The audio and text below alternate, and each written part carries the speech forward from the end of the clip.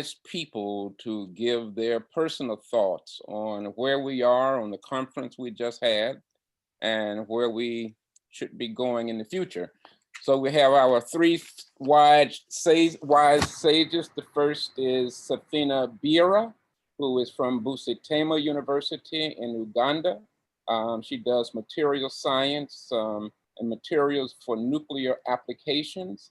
I'm very proud that she also is one of the awardees of the FAST program of the LAMP project. Next, we will have Diouma KOBOR. Diouma is from University of Sonic Sec of Ziguinchor in Senegal, and he's the director of the Chemistry and Physics of Materials Lab there. And then we have from the US, GX Tessema, who is from the National Science Foundation, and among his many responsibilities there fall the big facilities like the light source at Cornell called CHESS, which is the Cornell High Energy Synchrotron source. So why don't we go right ahead and get their thoughts? Let us start with Tessema first. Professor Tessema. Yes, so do we need to, do you have a presentation to share, or? I have notes that I have taken during the sessions, so I could show that, but they guide they guide my thoughts, and I can share them. Okay, I'm just simply saying to make you a co-host so you can share. That's the only reason. I can share. Okay, so I think I just gave you permission. I have 3 slides that I just type in stuff on.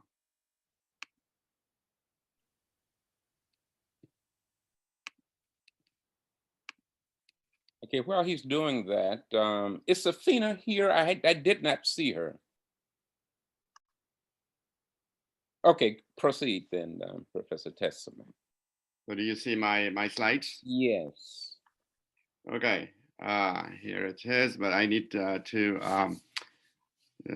go back. So anyway, that's some thoughts based on what I learned. So a key point is that you know, it was 2004 when I first came across the African interest in synchrotron. That's when Simon Kamel presented, or at least presented the issue to the International Panel on Shaping the Future of Physics in South Africa. Ken and Jim were part of that team, and also I think Mokele is the one who commissioned that one for SAIP. So at the time, we clearly recognized, you know, the need for Africa to have flagship projects like the African Light Source and the SKA. There were 2 competing large projects, but we clearly identified the African Light Source as a flagship project that would inspire and lead to great achievement in a broad range of science, like Mokele mentioned. So the conference here is really very exciting to see how far we have come. The science that I heard is quite excellent, world-class in many ways. The paleontology is impressive, and the materials research by Mamatse is on rust is quite interesting, and definitely shows the need for that, including the talk by Professor Asmer Verehe, the biostruct, and all of these, of course, are clearly, as what was stated lately, that Africa needs definitely the big infrastructure like the light source. But I call that big infrastructure, if my next slide comes up. Okay, that is a large infrastructure for small science. So what I felt is that as we think about light sources, it should be an enabling vision and idea to encourage investment in small science. So the small science is really the pillar. That's where the users come from. There's a lot of science that they need to develop within their home institutions. They need the infrastructure. So we need to have a holistic approach to the light source idea, and that small science is important. So, and also the development of local skill set. I'm very encouraged to see that there are a lot of programs that are ongoing in collaboration, mostly here with European facilities to do skill set development in the field.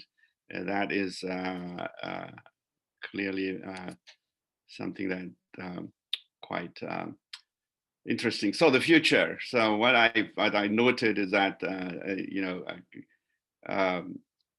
what is being done today, of course, is we discussed a lot of science that is being done currently, but I think we need to keep with time, with actually the new advisory committee, start thinking about the science of the next 10 to 15 years for that kind of infrastructure, which can be realized maybe in that time frame. So the need to build a broad community of users was emphasized at this morning's talk by Francesco Sette from ESRF.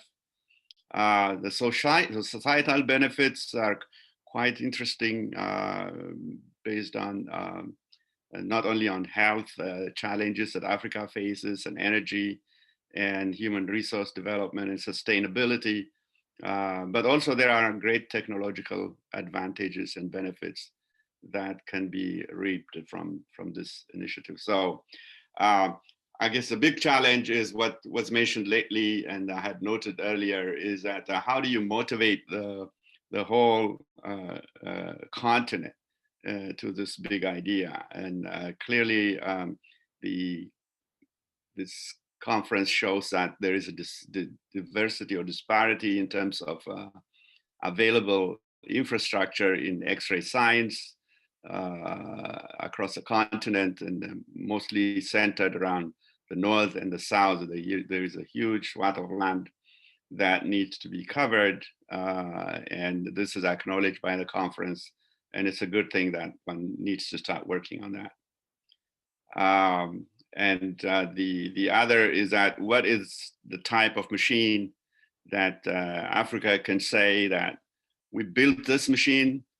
It is not only a machine that fills the big hole in Africa that we have in terms of light source availability, but we have this machine that is in fact world-class and world-leading, that not only African scientists from across the continent, but scientists from all over the place, even from countries with synchrotrons, can come and use. So thinking about not only the source, but also the specific experiments and beamlines that are important. And again, you have an impressive advisory committee, and the future looks promising. These are my notes. Thank you. Are you hearing me? Yes, we heard you. Thank you. Thank you so much. Yeah, I was talking, but I was muted. Okay, but thank you so much, Professor Tessema. When I introduced you, I forgot to mention that you are from Ethiopia originally. So you have a strong natural connection to the continent. So next, why don't we go to Professor KOBOR, who is from Senegal. So Diouma, if you can unmute yourself. Where are you? If he starts to speak, let me know if I need to put sharing privileges. Diouma? You're muted still, Diouma. You are muted. I see your name, but you're muted. There you go. Okay. I'm sorry. Do you hear me now? Yes, perfect. Okay. I will try to I make some note about this virtual conference, and I try to make my presentation following Simon's advice It is like for the first, can I share this? The screen? Yes, you've just been made co-host. You should be able to share. Okay, Let me know if you have any problems. okay, let me try. Okay, yeah, I think yes. Okay, Yes, we see you. see, We see the screen.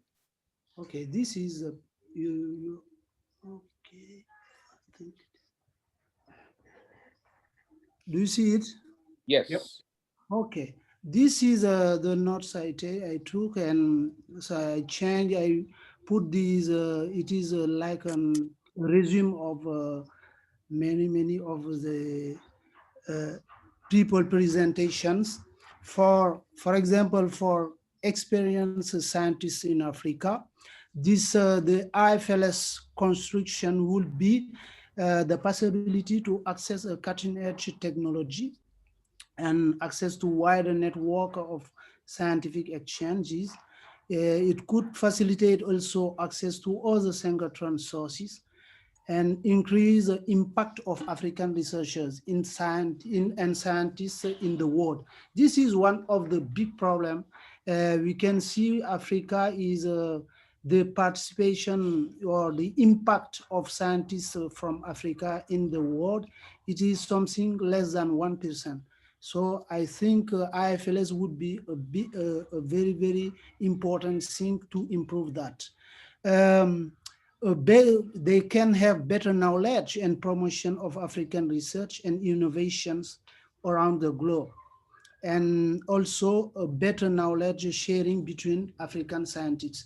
This is another problem. For example, today we can see that it was very difficult for example, the South African woman scientists to present what is about West Africa, for example, in Senegal.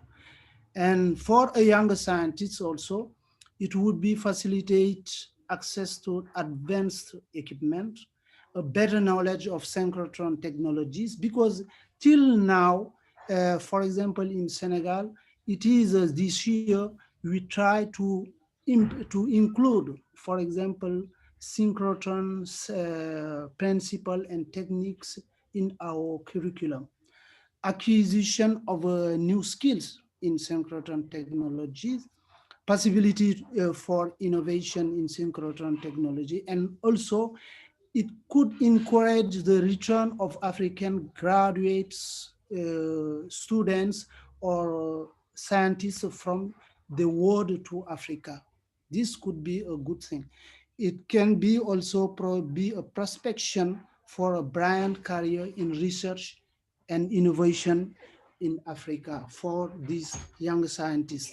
From science perspective, also, we think it will be a promotion of African endogenous sciences, for example, traditional knowledge, the sharing of African traditional local sciences. And an example is the use, for example, in our lab by a local rural people in south of Senegal. They are using a polymer coming from a local trees. This is to reinforce the clay bricks, their resistivity and thermal isolation. And this can also reduce the annealing temperature. In this, we use these techniques in our research. And in 2015, one of my students was awarded in JFI in France for the first prize. In synchronous technology and sciences also, we can include these scientific technologies in every university's curriculum. Mes excuses, je rencontre quelques problèmes de connexion. Veuillez réessayer plus tard. Excuse me. The other one, please, can you next We hear you. next slide, please. You're sharing. You should be able to do it. Yeah, I try, but it is not working. Let me see. Okay. From an African perspective, it could reinforce African Union institutions. facilitate African communities exchange and knowledge sharing, disseminate loud sources, application techniques around Africa also, and it could improve thousands and thousands scientific exchange and sharing in many domains and many innovation domain, improve scientific and research institution, facilitate innovation, and also the most important thing is the challenges. I think some people say that the big challenges to for this IFLS construction would be financial. It is the most important thing, and for me, it would be the time to implicate African and Black stars to participate in such instrument building in Africa. Before concluding, I took also something about the IEC committee presentation. For the interim chair present the role of the IEC, which would be provide advice and recommendations, promote high levels emissions, engage to incisive strategic reflections, presented IAC composition, and for him, it will be an excellent and fantastic opportunity for mind developing science in the continent. To conclude, I can say it is also important for more featuring with to construct the IFLS buildings with sustainable energy and local materials because the big problem is in Africa, people don't know that some materials are not very interesting for the local construction. So it will be a reflection, and I think we can implicate architects and something working in sustainable materials. This is what I do. I took all the notes also. I will present it next time. Thank you for your listening. Thank you so much, Diouma. And again, I'm proud of Diouma, just as Safina, for being one of our LAMP awardees. So he spent time at Light Sources. One thing that was stated very strongly this morning by Andrew Harrison, at his Light Source, he says 1/2 of the users are remote. And so that's something that Light Sources are doing now. And I wanted to point out that those who have experience with Light Sources should try to take advantage of that. And one thing that LAMP does is has some limited amount of funding to help pay for shipping samples to Light Sources. So please go to the website, and I put it in the chat several times if you are interested in trying to get funding to send samples remotely.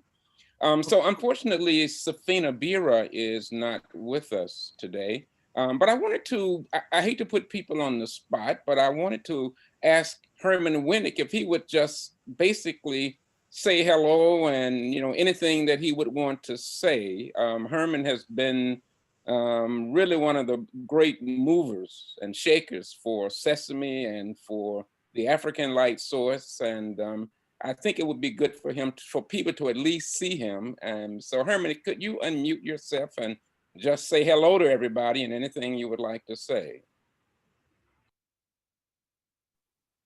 Herman, he may have stepped away.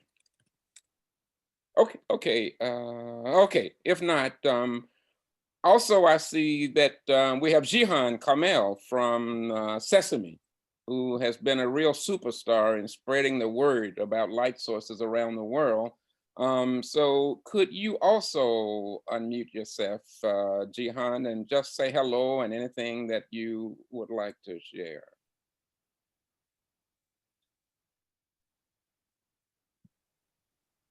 Okay. I'm here. I'm not like Herman. I'm still here. Oh, I'm surviving. Okay. I've survived the 3 days of this wonderful workshop, actually. Uh-huh. And I don't think I can add more than the fantastic opportunities those were introduced by all the colleagues, and it's one of the really few opportunities now for me to be really proud that I'm African. You know that in Sesame we don't have this identities, so I'm not African at Sesame. But when I come into this kind of discussions, I really feel very proud of all these colleagues. And of course, I don't remember all the names of them, but I give them a huge high five remotely. I'm really excited by this workshop, and I think that we should do it more. And since now even travel is more difficult, so I think we should do more of similar initiatives, just to bring each other together and to show everybody in the world how all these African initiatives are moving forward. And thank you so much for everybody participated, everybody organized, and everybody even thought to put an effort in such initiatives. Thank you so much.